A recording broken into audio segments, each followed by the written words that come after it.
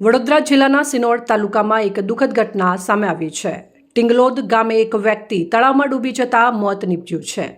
મળતી માહિતી મુજબ ગત તારીખ 29 માર્ચની મોડી રાત્રે ટિંગલોદ ગામના રહેવાસી રાજેશભાઈ પરસોત્તમભાઈ વસાવા તળાવમાં ડૂબી ગયા હતા। આ ઘટનાની જાણ થતાં કરજણ ફાયર વિભાગની ટીમ તાત્કાલિક ઘટના સ્થળે પહોંચી બચાવ કામગીરી હાથ ધરી હતી।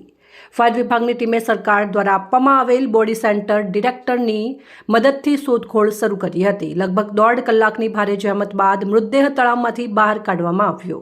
પ્રાપ્ત માહિતી મુજબ મૃતક માછીમારી કરવા જતા ડૂબી જવાની ઘટના બની હોવાનું સામે આવ્યું છે।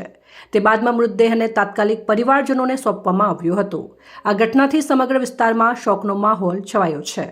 29ના રોજ રાત્રિ દરમિયાન લગભગ 8:30-9 વાગ્યાની આશરે અમારા ફાયર કંટ્રોલ રૂમમાં 112 દ્વારા અમને એક કોલ આપવામાં આવ્યો હતો કે તાલુકો સિનોર ગામ કિંગલોદના ગામના તળાવની અંદર એક વ્યક્તિ અગમ્ય કારણસર ડૂબી ગયેલ છે તેવું અમને કોલ આપવામાં આવેલો હતો। રાત્રે અમે ઘટના સ્થળ પર જઈને તપાસ કરતાં વધુ અંધારાના કારણે શોધખોળ અમે કાલે વિલંબ પડતા અમે કાલે બંધ રાખી હતી, પરંતુ આજે સવારે વહેલી સવારે શોધખોળ કરતાં અમે અને અમારી ટીમ બોટ સાથે શોધખોળ કરતાં તળાવની અંદર 2 કલાકની ભારે જહેમત બાદ તથા સરકારશ્રી દ્વારા આપવામાં આવેલ AI મશીન દ્વારા અમે એને સર્ચ કરતાં અમને એક અજાણ્યા વ્યક્તિનો ડેડ બોડી તળાવમાંથી મળી આવેલ છે અને એ ડેડ બોડી અમે એમના પરિવારને પોલીસની સમક્ષ અમે એમને સપરત કરેલ છે।